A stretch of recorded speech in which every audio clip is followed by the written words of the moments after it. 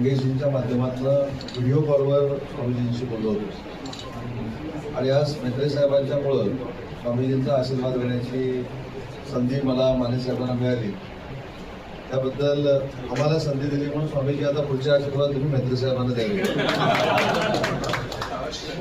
देशमुख साहेब देखील या ठिकाणी आहेत.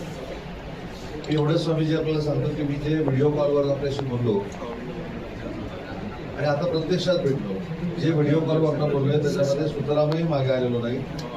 मी मंगळवारीच मुंबईला गेल्यानंतर मंगेश चौटेंशी आणि आपल्या सगळ्या संस्थेच्या संचालकांशी चर्चा करून कशा पद्धतीने ती जागा मला देता येईल उद्यानासाठी हा सकारात्मक निर्णय नक्की माझ्याकडनं उद्योगमंत्री.